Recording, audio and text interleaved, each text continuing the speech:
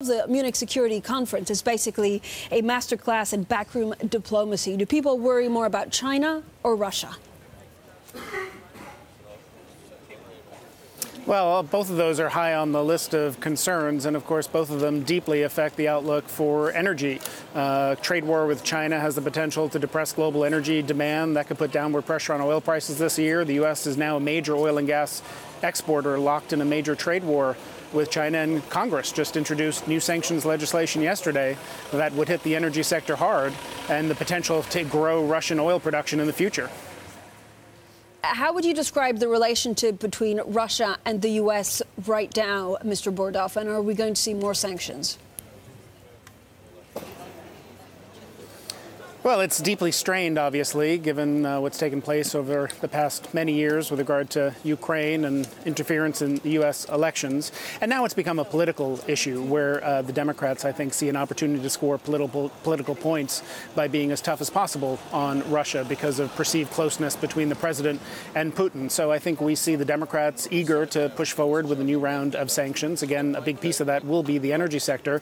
And on issues of foreign policy, whether it's Syria or sanctions or trade, that's where you're starting to see cracks among the Republicans, and we can see some Republicans that might go along with that despite opposition from the Trump administration.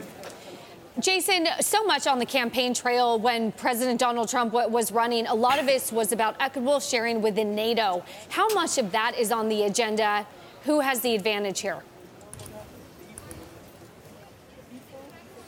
That issue is very much on the agenda. And again, I think the relationship between the U.S. and European countries on trade and then specifically on issues of energy policy are really important. One of the major issues we spent the morning talking about here today was about the Nord Stream 2 pipeline, Europe's continued dependence on Russia for the lion's share of its natural gas. And the United States officials are here in Europe this week trying to encourage Europeans to buy U.S. natural gas instead. So we see energy now playing into that relationship, too.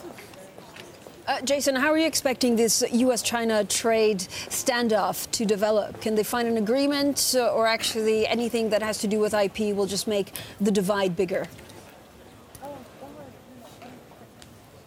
Well, it does seem like it's in the interests of both parties to find some resolution before the early March deadline kicks in for new tariffs. I think a major part of President Trump's success story that the administration wants to be able to tell is about a positive outlook for the U.S. economy. It wouldn't do any good to either country to actually escalate the tariff war. So I think we'll see some resolution, either to delay the deadline or find a way to paper over differences.